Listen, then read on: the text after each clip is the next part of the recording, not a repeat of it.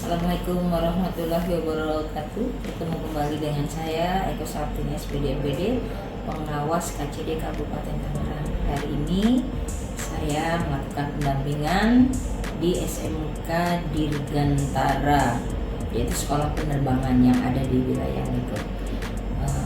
Di depan saya sudah bertemu dengan Ibu Heni. Apa kabar Bu Heni? Pagi Bu Eko, sehat-sehat.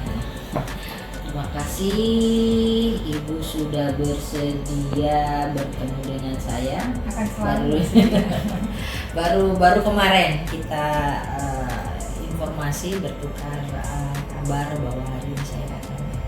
Jadi ini biasa tugas rutin saya setiap bulan datang ke SMK dampingan saya.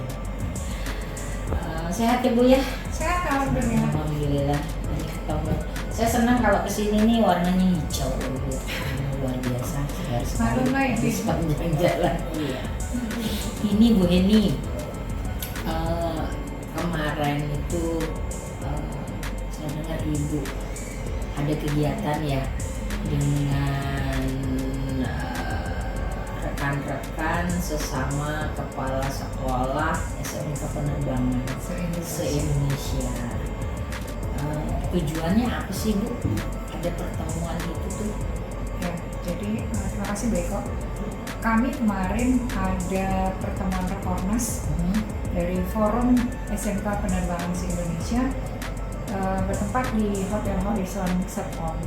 Itu 3 hari Bu. Agendanya adalah menyikapi aja sih perkembangannya SMK penerbangan, karena dia SMK-nya unik ya dibanding kejuruan lain, di mana secara secara ininya persepsi masyarakat bahwa mahal, kan? Padahal sebenarnya tidak mahal karena memang kalau penerbangan itu spare part dan yang lain itu kan berbeda dengan otomotif dan lain-lainnya, makanya tapi kalau di telaah nggak mahal gitu ya, jadi memang dia unik. Nah kemudian menyikapi perkembangan yang lainnya adalah di Medan itu ada 7 SMK penerbangan yang tutup. Jadi karena tadi itu mungkin pasca pandemi berdampak pada semua termasuk kita sekolah. Jadi kita yang swasta terutama sangat merasakan itu semua, apalagi kami yang di penerbangan. Maka dicetuskanlah rapor. Itu masalah satu. Masalah yang keduanya terkait lulusan. Kemarin kita ngisi treasure study itu kan agak gimana gitu, karena anak-anak yang memang sih di atas 60%, 75% mereka melanjutkan sekolah Ibu. Jadi kalau yang bekerja sedikit lah. Cuma karena di dunia penerbangan itu ternyata persyaratan untuk mereka kerja itu harus ada lesson, harus ada keterampilan-keterampilan lain yang tidak diajarkan di SMK, maka terkalahkan oleh perguruan tinggi, misalnya dari akademi atau sekolah tinggi atau politeknik penerbangan.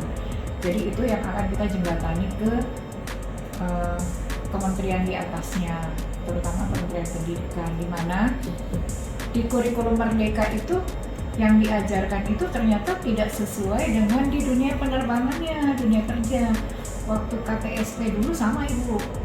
Jadi yang diajarkan di sekolah ketika mereka PKL ketemu tuh Bu yang diajarinnya. Nah setelah di kurikulum Merdeka, ketika kami kunjungan ke GMF, kemarin kita kunjungan ke GMF, ke GDPS anaknya Garuda, Pak Direkturnya ngomong gitu, saya telat waktu katanya, kurikulum Merdeka kok isi silabusnya nggak sama ketika kami butuhkan di lapangan gitu. Jadi anak-anak begitu datang PKL dia nggak bisa marseling, nggak bisa ini karena belum diajarin. Nah itu PR. Jadi mungkin PR bukan kami saja tapi semua ya, semua termasuk mungkin dinas pendidikan mungkin mesti sound ke Menteri Perhubungan sampai sebegitunya Bu dengan Menteri Pendidikan, bahwa kebutuhan di lapangan dengan kebutuhan di sekolah itu harus sinkron. Terima kasih Bu. Jadi kalau yang saya tangkap dari percakapan yang tadi ada kesadaran betul ya rekan-rekan kepala sekolah ini bahwa penerbangan ini unik dan mahal, dan Ibu berusaha rekan-rekan membuang itu tidak Ya. mahal sebetulnya. Ya. Nah, terus dari situ berusaha menjembatani lulusan SMK yang selama ini sulit bersaing dengan perguruan tinggi Ya. karena dibutuhkan license. Ya. Sementara untuk license itu mahal. Ya, satu mahal, dua usia belum. Ya, usia juga belum. Dan ibu berusaha menggandeng dinas perhubungan dan dinas pendidikan. Kami bukan saya saja tapi forum. Oh iya, forum itu berusaha menggandeng dinas pendidikan dan dinas perhubungan, dan di situ ada tawaran kerjasama dengan Jepang, Jerman, dan Turki. Hanya ada beberapa hal yang perlu pembicaraan lanjutan.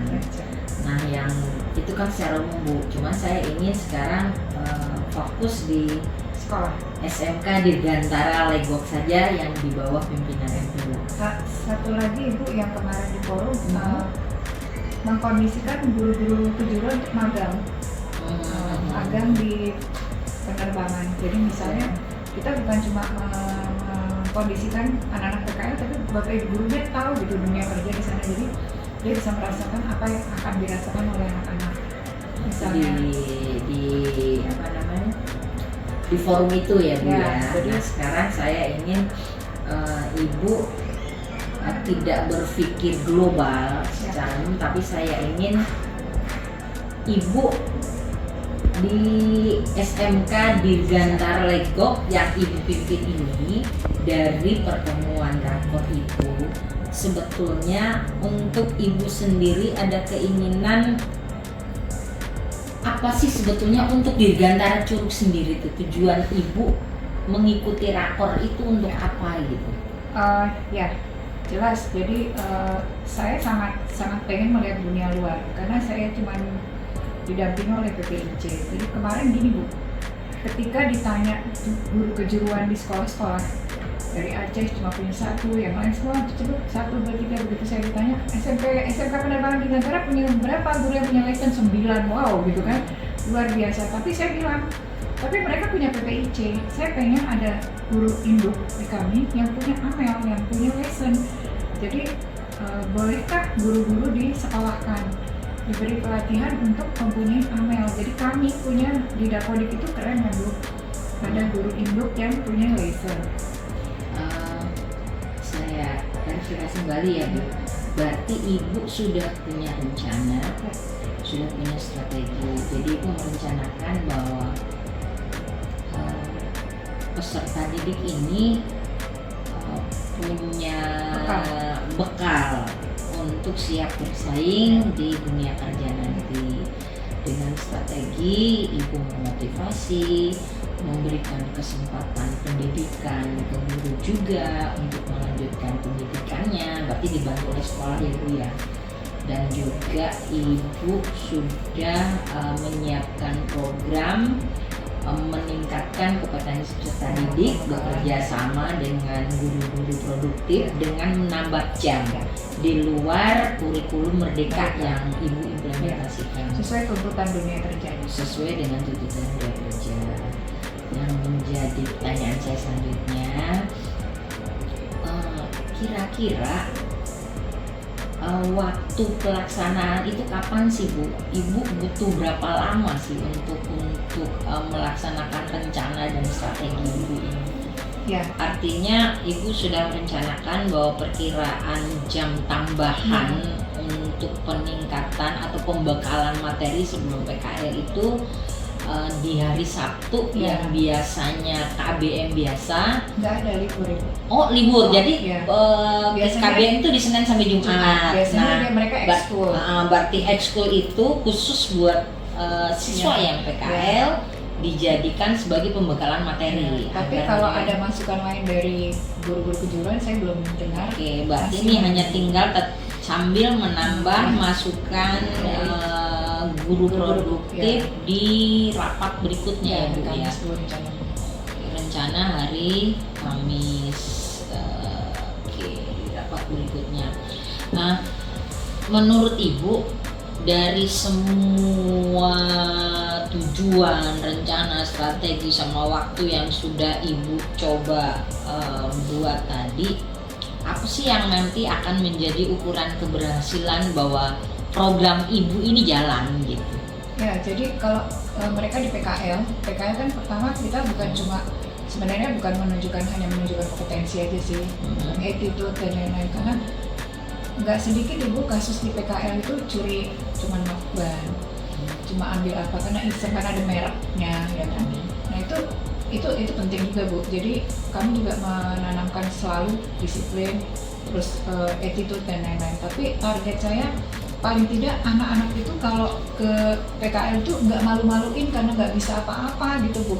Karena yang diajarin di kelas beda gitu, makanya itu harus PR kita banget merubah gitu, menambah. Pokoknya harus ada perubahan di cara mengajar kita. Jadi kalau kita tetap nangkrang dengan yang sekarang, anak-anak tetap diturunkan ke PKL di GMF kemarin, nilai kita jelek gitu. Jadi ternyata pasar mintanya lain gitu. Kita produk yang ini nggak laku karena pasarnya nggak minta itu. Jadi kita bikin yang ini karena memang sudah sesuai kurikulum, tapi ternyata kita bikin produk lain gitu supaya kita di pasarnya kita laku. Itu aja sih bahasa praktisnya. Makasih Bu Eni. Jadi obrolan kita hari ini luar biasa. Kalau semua kepala-kepala berpikir seperti ini, saya yakin dunia pendidikan di Banten ini bakalan maju Bu. Amin ya Allah. Amin. Saya ambil kesimpulan aja Bu ya dari percakapan kita hari ini, bahwa Ibu punya tujuan, yaitu meningkatkan kompetensi peserta didik Ibu di SMK di Gantara Liput. Dan Ibu sudah melakukan rencana dan strategi, yaitu dengan di sekolah Ibu sendiri, Ibu berusaha langsung bertemu dengan peserta didik, melakukan motivasi agar mereka mau melanjutkan ke jenjang berikutnya, itu tetap masuk perguruan tinggi yang selama ini sudah ada rekanan yang siap menerima, yaitu dengan Jepang, Jerman, dan Turki. Termasuk mengundang alumni Ibu yang sudah berhasil. Oke, dan juga ternyata mengundang alumni. Dan untuk guru sendiri, karena itulah yang nanti akan menjadi orang sumber daya manusia yang menentukan meningkat atau tidak kompetensi peserta didik kita itu. Ibu berusaha memberikan pendidikan, membantu pendidikan rekan-rekan guru ini melanjutkan S1 ataupun melalui magang, sehingga ilmunya bisa diturunkan, ditularkan ya sebagai virus baik buat peserta didik. Dan waktu yang Ibu butuhkan adalah minimal sebelum anak terjun untuk praktek kerja lapangan, mereka ataupun lulus, sebelum terjun dan sebelum bekerja, siswa disiapkan dengan cara menambah waktu, menambah waktu materi pembelajaran produktif yang memungkinkan peserta didik kita kompetensinya diakui oleh dunia kerja, seperti itu. Dan Ibu menganggap bahwa ukuran sukses nanti sebagai bukti bahwa tujuan Ibu tercapai, rencana dan strateginya itu sudah Ibu laksanakan dengan baik, bahwa peserta didik kita ada perubahan attitude, ada perubahan kompetensi yang bisa terpakai pada saat dia PKL, apapun profesinya, tidak hanya di dunia penerbangan, tapi minimal anak-anak bekerja itu diakui, perilakunya itu baik, kompetensinya juga memenuhi syarat, dan gurunya sendiri adalah menjadi figur yang pantas dicontoh oleh peserta didik. Luar biasa Ibu. Jadi saya sangat ikhlas dibilang guru yang sangat cerewet, sangat tegar, karena kita punya mimpi, tapi tidak benci sama orang tua. Ya, saya tunggu mimpi Ibu terwujud Itu yang semuanya. Katanya kalau jatuh tidurnya nggak ketemu. Oh gitu. Ya, rekan-rekan, ini tadi kegiatan coaching saya dengan Ibu Eni, kepala sekolah SMK di Gantara wilayah